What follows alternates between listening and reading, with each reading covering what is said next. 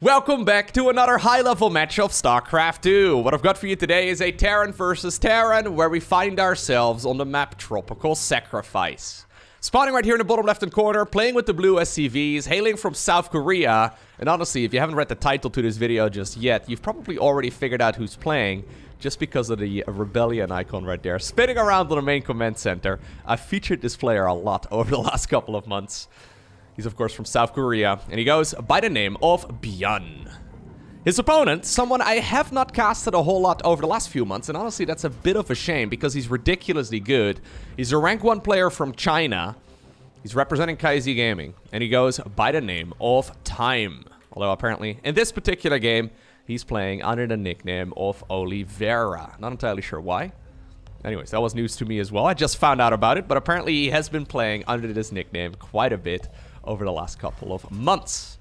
Either way, the mirror matchup. This is one of those matchups that historically has never been that popular, but I think over the last couple of months, and well, especially the last couple of years, it really did get quite a bit better. So, the nice thing is, right, whenever I cast games on YouTube, I don't have to cast your average mirror matchup. So, Zerg versus Zerg, Protoss versus Protoss, Terran versus Terran, it's all very easy to accidentally lose in the early game.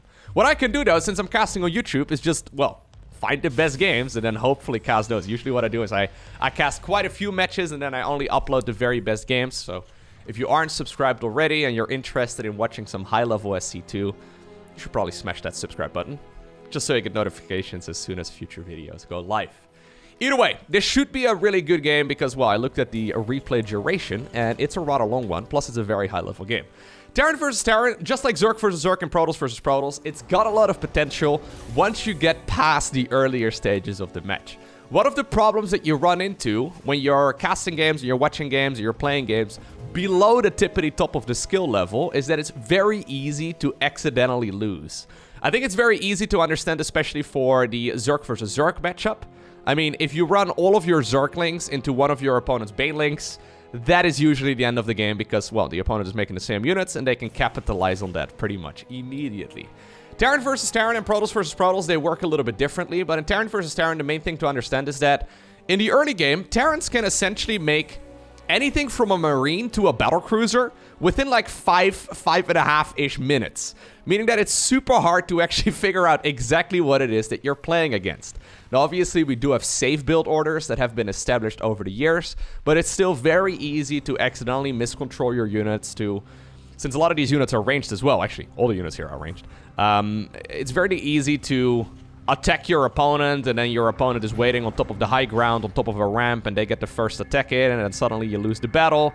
They counterattack, they capitalize, and then you're very far behind, and you'll probably lose to the follow-up attack. It's really easy to accidentally lose a mirror matchup. More so than it is in like a Terran versus Zerg, a Terran versus Protoss, and a Protoss versus Zerg as well.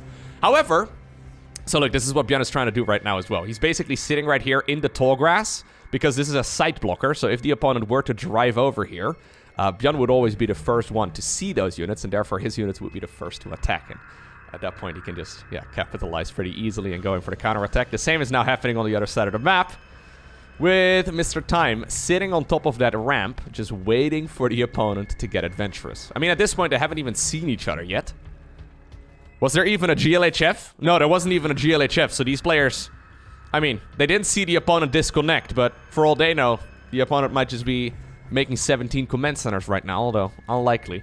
They know very little about the opponent at this point. Anyhow, once you get past the early game, Terran versus Terran usually turns into an absolute bloodbath.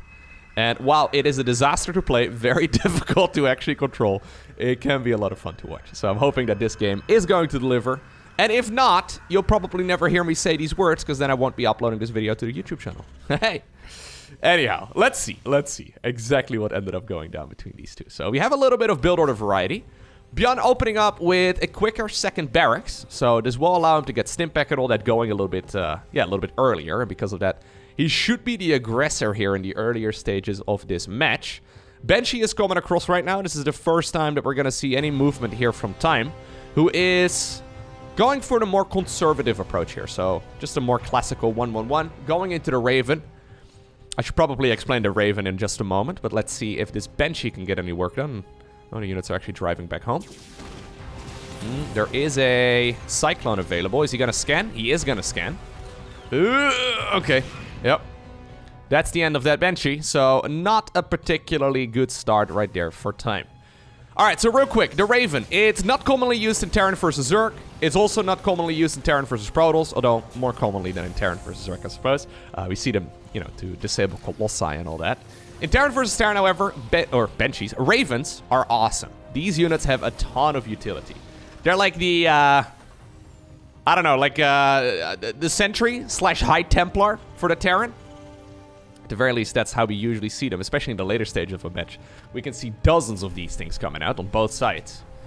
So they have 3 different skills that you can see right here in the bottom right corner, plus they are a detector too, so the detecting is obviously very helpful. ByuN, by the way. ByuN has got 2 medevacs. He's got a bunch of Marines. He's got Stimpack. You know what time it is. This is what ByuN loves to do. This man continuously loves throwing away Marines. It's a little bit dangerous, but somehow, some way, he consistently makes it work. Are we going to commit? I think he's waiting for the Red Terran player to come down to the low ground. Probably has recognized at this point that the command center is probably building over there. Probably wants to strike as soon as that is done. Anyhow. So real quick, the Raven, before this game really gets crazy. First off, they have a timed auto turret that they can drop on the ground for a little bit of energy. So the auto turret, pretty good. Deals a bunch of damage. Times out after a little while and then just disappears.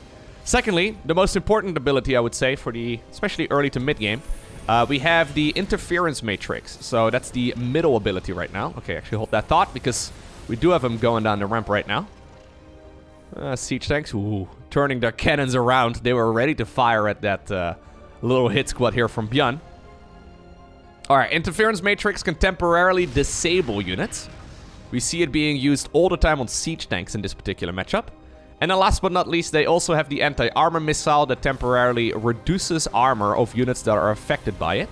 And they're covered in a orange paint. So if you're looking at a bunch of units that are covered in orange, it can deal a lot of damage to them. Anyways, the medevacs have cycled towards the right side of the map. ByuN may be considering that there's a chance that the opponent is going to take this as their third instead. 1 Marine over here. Okay, is going to spot a bunch of units coming in from the right. We don't have a lot of units available just yet right here for time. Okay, a YOLO drop into the natural expansion. How much damage can be done? Bunch of units here available. Okay, good interference matrices right there from time. Cannot lose those Ravens, of course, but honestly, not a bad cleanup there whatsoever. At the same time, there is also a little hit squad here on the left, but these guys are mostly idling. I think they probably should have gone in right around the same time, but I've already... Whenever I cast a game, I get a little bit self-conscious in my casting. Whenever I cast a game featuring a pro player that has a word that we use all the time while casting the game, like, for example, time, I keep thinking I just say that word so many times. Like, back in the day when you go back to some of my first casts on the YouTube channel, I just repeated myself so many times. And I still do that from time to time. Anyways, I still do that. I try to not do it as much, but it's basically unavoidable. You can play the Loco bingo if you want to, but yeah, I'm probably gonna say the word time about 5 dozen times in this one-time video. Back in the day, actually, we had 2 Protoss players. I mean, one of them still plays. We have Mana, of course, who still plays, but he also had another Protoss player in Europe called Nama. Whenever Mana faced off against Nama, it was a disaster of a cast. Very difficult to actually keep track of who's who. Anyways. Okay, nice little snipe over there. Those medevacs allowing him vision over the tall grass. But anyways, both players have been tiptoeing around each other here in the early game. A little bit of aggression was, of course, done, but in general, yeah, we're transitioning straight towards the middle stages of the match. So I am preparing myself mentally for the Terran versus Terran bloodbath that tends to happen at this point. Now, this is a classic ByuN move. He loves sending medevacs in. Really like this position right here from time, because, yep, that should be good and ready to plunder. That is the voice, yeah, of a Viking. So 1 medevac, I think, has already just now gotten destroyed. Second medevac also in a lot of trouble. What are you gonna do? Now you're stuck between a bunch of Vikings and a bunch of Cyclones. ByuN consistently does that. I feel like over the last couple of months, people have really had his number at this level. But, yeah, maybe in the mid-game, right? In the mid to late game, it works a little bit better when you're actually attacking in like 2, 3, maybe even 4 different areas at once. But if you just have 2 medevacs idling over there, everyone knows that ByuN is going to send those out, right? So if you can spare the units, it almost makes sense to put the sensor tower a little further down, just to like create bait right there on the mini-map for ByuN to send his units in. Anyways. Ooh.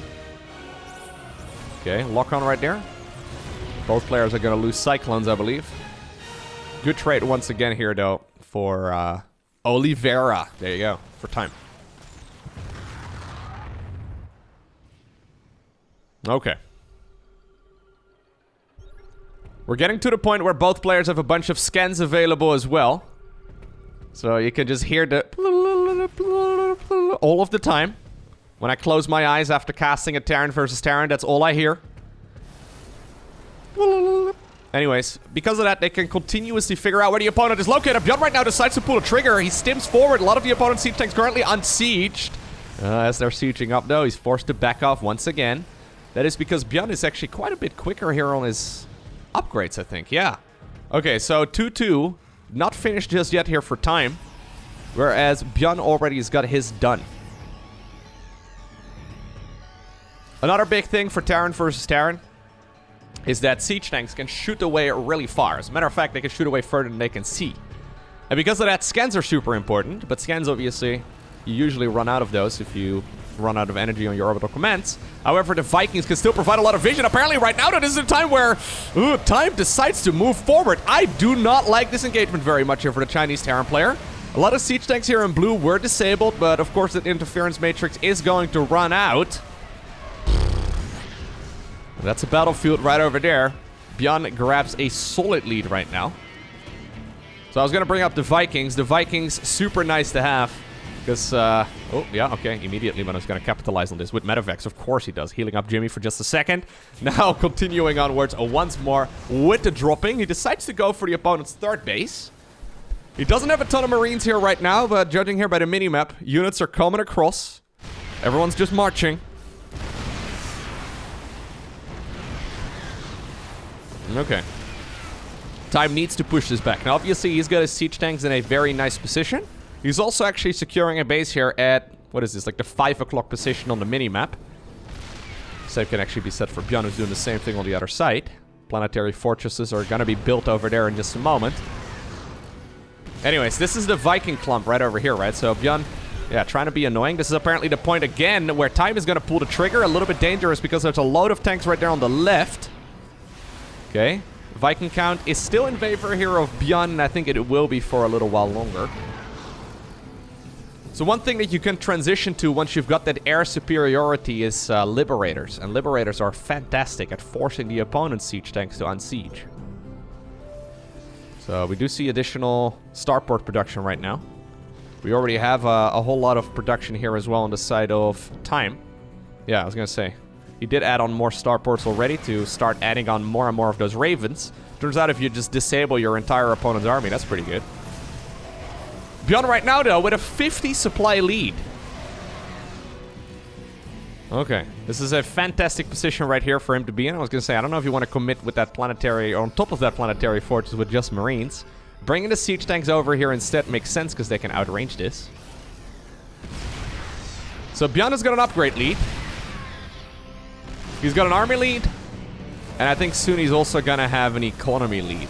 So this is looking fantastic right here for our South Korean pro player.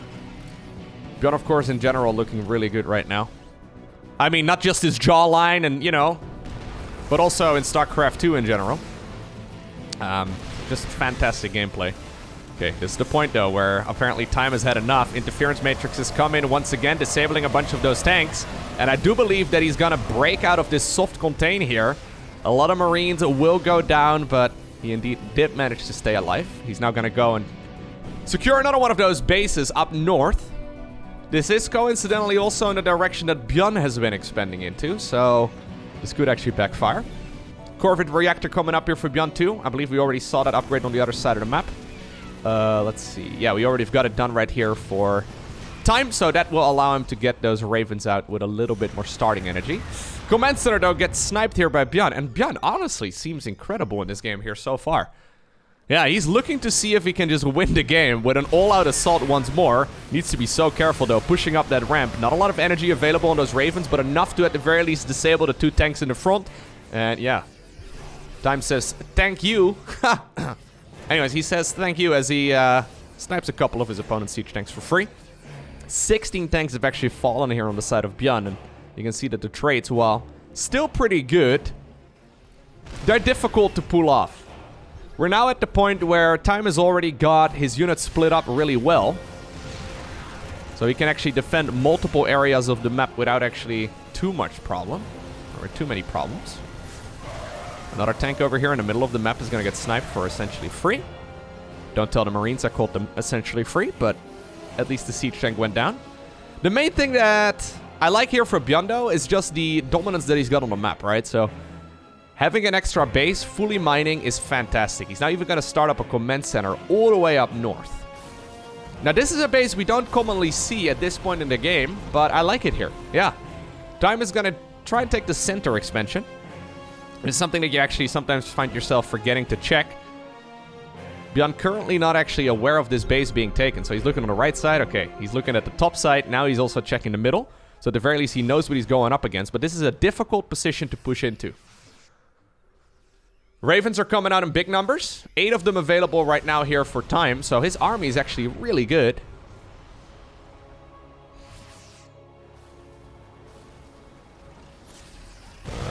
Pushing forward. Okay. Getting a lot of damage in. Sniping a whole lot of tanks. That was excellent. Yeah, that's the downside of when you're patrolling the map like you own it.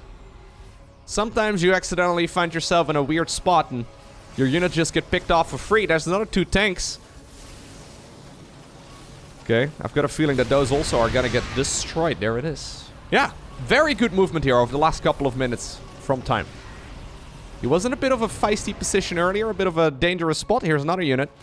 Very nice. But right now, Time has really shown ByuN that he is not gonna be a walkover. As a matter of fact, right now, I think he's got an advantage. The Raven count is looking really solid. And while economically, ByuN is still in a fantastic position, it's not like Time's economy here is particularly weak. Yeah. So he's been ahead economically for a long while here. But we're getting to the point where, well, both players are maxed out. And the economies are not quite as important anymore, assuming you can actually continuously remax. No planetary fortress here in the middle, though, so that's a little bit dangerous. ByuN decides to, of course, send in medevacs once again. At the same time, down south, the base got destroyed. Anti-armor missile, though, on a lot of these units. The same moment, we also see an anti-armor missile flying across the screen once more. This time in favor of Time, who's pushing forward regardless right now. Sending in a lot of those auto turrets, too, and they are dealing a tremendous amount of damage. Command center in the middle of the map was killed. A lot of SCVs are also finding their death right over here, and I've got a feeling that maybe this command center that just finished up is also going to get sniped. Okay, Time suddenly moving out onto the map. What seemed like a questionable trade is actually working out quite well for him, yeah. Siege tank count, heavily in favor here of the Chinese Terran. 14 versus, well, now 3, but just a second ago that was 14 versus 1. Sniping a couple of your opponent's bases and a lot of their economy at the exchange of 2 of your own command centers. Not bad whatsoever, although he needs to secure another expansion here soon. He also needs to spend his money, because currently he's got a lot of money here in the bank, but he's not spending his resources that quickly at all. Okay, now Liberators are coming out. Not entirely sure about Liberators. Well, Liberators for Time, that is. I do like the Liberators here for ByuN quite a bit, because his Viking count is significantly higher. 10 versus only 2. And I think actually he's going to need Liberators to break out of this, because stimming Marines into this, probably not a great idea. Okay. New command centers being made. Time resecuring the same position. I would love to see some... Maybe that's what he's going to do with that Liberator. I would love to see some harassment going in that direction up north. At the same time, though, ByuN now lending the Vikings. And they are aiding him in breaking this position down on the ramp. And suddenly... I think that Time spent a little bit too much of it on the other side of the map, just camping out here at the bottom. Suddenly ByuN's reinforcements appeared and he got absolutely shut down once again. Okay. We're already up to 400-ish Marines in this game. Can we make it 1,000? That's what I'm wondering about. I need a good title for the video. Come on, lads. Give Lowko a good title. Okay, anti-armor missiles once again forcing ByuN here to back off. Whew. Now that base up north also gets spotted, if he didn't already know of it. I think he probably must have known. Maybe that's where the Liberator was originally intended to be headed. Okay. Yeah, we're getting now to the point, though, where the first quadrant of the map for both players is running very low on money. So we're getting to the point where these players are going to have to spread their resources incredibly thinly, and that's difficult. Deciding where you want to put your army and where you want to defend your bases and harass the opponent is super tricky. The first 4 bases on this map are pretty easy. After that, though, it becomes a whole lot more complex. Now, maybe that's why Time has decided to pick up the pacing a little bit when it comes to his aggression. I don't think it's a bad idea. Yeah, if you're aggressive, your opponent might be up with their backs against the walls. Just making sure that you're forcing them on their side of the map is a good idea. But obviously, that's usually where ByuN doesn't like to be, so he'll probably start sending medevacs across as well as soon as he feels a little bit overly threatened. At this point, though, good anti-armor missiles, very nice. Interference matrices, too. Everything is now essentially taking bonus damage, but this is a tremendous fight right here for ByuN. Just sniping everything of the opponent. Those Liberators gunning down whatever they could as well. Now ByuN finds himself at a 60 supply advantage. He's been here before, though. Well, I actually think it was like a 50 supply lead. Now it's like closer to 70. 73. Oh, math in a video. Nice. Anyways, he's found himself at a very nice supply lead once again. But one thing about Terran versus Terran is that playing defensively, is usually quite strong. I say that because usually if you have a bunch of siege tanks sieged up, it's difficult for the opponent to break. One option, though, that you always have is just to go for the full-on counterattack, right? Whenever you feel threatened, rather than defending the base and defending the position, giving up the position and sending all of your units across is certainly an option. And that's exactly what Time decides to do right now. He's going to snipe that opponent's orbital command that was mining at the 6 o'clock position. There's a Liberator over here as well with 7 confirmed kills, shutting down another base. The siege tanks are still on the bridge, hoping that red units are just going to wander by it. But if you look at the minimap right now, there is a centipede of Terran units crawling their way towards the southern corner. Okay. This might actually be a really good engagement here. Yeah, anti-armor missiles once again providing a ton of value. Those siege tanks need to come home. They're just camping out there. I mean, maybe ByuN doesn't need them over here, but it'd be nice. Okay, yeah. The majority of them right now do turn around. If this is something, though, okay. That Time sees just crawling by here. There's a good chance he's gonna jump on that opportunity. Another tank in blue gets sniped. Given just another minute or so, though, we're gonna see the Chinese Terran maxing out once more. He doesn't have a ton of income, but he's mining 2 full bases, and that's still pretty good.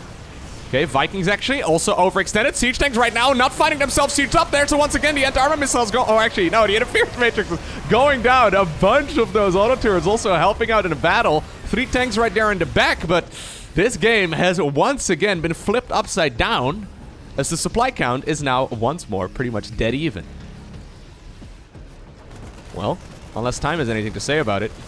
He wants to be ahead when it comes to the supply count, and he's actually there already. ByuN right now, though, once again, stiving his Marines, sniping the tanks, trying to deal as much damage as possible. Anti-armor missiles and, well, the auto turrets and interference matrices just providing a ridiculous amount of value in this game so far. Sure, maybe the Ravens don't live for very long, but as long as they get their spells casted, some of them survive. This is very doable right now, actually, once again. For Time, he's just running up the natural right now of ByuN, who just a couple minutes ago was more than 70 supply ahead. Now suddenly, Mr. Time finds himself at the soft underbelly of the Korean Terran player here, where he's just sniping all of the production structures. Okay, that's not what I expected. That is not what I expected at all. One Liberator desperately trying to get work done. Just going back to good old Marine Siege Tank. Not a bad idea. Okay, that's another Orbital Command getting sniped. We have seen a ton of Orbital Commands actually going down. ByuN getting his reinforcements going. I don't know if you want to push in that direction. No. Getting his reinforcements going once again closer to the ramp. But suddenly, it's time who once more has got this map under his control. I say that. There's still units in blue rolling around. Orbital Command has been posted over here instead, so I think that's probably the old natural, with maybe this one or one of the other ones being the old main base. Anyways, that does mean that a lot of SCVs are going to get sniped here too. Okay, that's 18 workers going down. Medevacs load up and they get on out of there. At the same time though, our Chinese Terran also heading on over in this direction. He needs to be so careful. ByuN, you cannot afford losing these units. This is a dangerous position to be in. Is he going to try and commit? He is going to try and commit, and he does grab. Okay. At least a couple of those auto turrets. Some energy out of those Ravens. A very ballsy move here by ByuN, but he gets the units out. Time though, immediately making a beeline right now towards the top left-hand corner. Ton of reinforcements coming out of the main base of the Korean. So at the very least, he now knows... Okay, time that is, that there is a ton of army once again out in the battlefield. But both players have essentially spent their entire bank. ByuN still finding himself at a 10 supply or so lead, but not as significant as you'd imagine, considering the amount of mining that he's done. As a matter of fact, at this point, yeah, got a feeling that Time is actually going to be the one who will be ever so slightly ahead here. He's now mining the high-yield gas. Or sorry, not the high-yield gas. He's mining the one gas right over here. He's securing a base down south. Suddenly, he is the aggressor.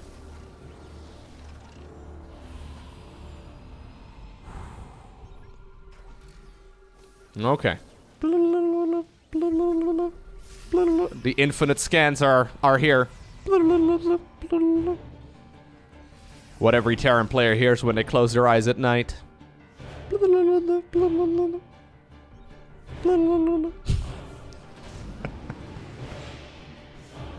Alright. A Liberator over here. 14 kills, actually. Just denying mining left, right, and center. ByuN once again moving forward. Gonna be able to snipe this command center easy peasy. +3 Marines. Pretty good. Another army, though, has been spotted. Another orbital command is gonna get picked off, I believe. But it almost seems to me that Time is giving it up, yeah. Time, what are we doing? Are we giving up 2 command centers for free? Or are we trying to cut off those units from the main battle? How many tanks do we have right now? Okay, 10 versus 7 in favor of ByuN. Okay. No anti-armor missile there. I don't think he can push up that ramp. No. Oh my god, he's gonna try. He's gonna try and push in there. There are so many siege tanks though here for the player in blue. Is this really the time to go? I mean, there's a large army missing, I suppose. There they come, desperately running back home after their command center sniping mission, but they actually run into the siege tank line of fire. Whew. That was very dangerous. More tanks right now getting disabled. All of the tanks actually getting disabled. A massive anti-armor missile as well. There's not a whole lot right here for our Chinese Terran player, but he's moving forward. He is sniping whatever he can, and that is 4 siege tanks down the drain. ByuN once again stuck in his main base. There is vision right now that those medevacs are providing, so at the very least he can see those tanks and those units hiding on that high ground. A lot of medevacs here available, but not a whole lot of units to be healed. Okay, what units there are though? He is sending across the map. A mule now also dropped out of the high heavens, just tasked to heal up this siege tank once again. This is becoming rather desperate right now for ByuN, and I gotta say, the late game army movement here from Time has been dominating. Yeah, really nice. There's a free tank. That kind of puts that one wasted mule to shame over here. Anyhow, he's going to try and break it. He wants to get on top of the production. Once you get siege tanks on top of your opponent's production, that is an excellent situation to be in. All of the tanks in blue right now are gone, but 2 fresh ones just rolled out of the factory. GG is cold. And despite the fact that Time was 50 supply behind at some point, and then 60 supply behind at some point, and then 70 supply behind at some point, he still clawed himself back into this game, and he is the one who obtains the victory.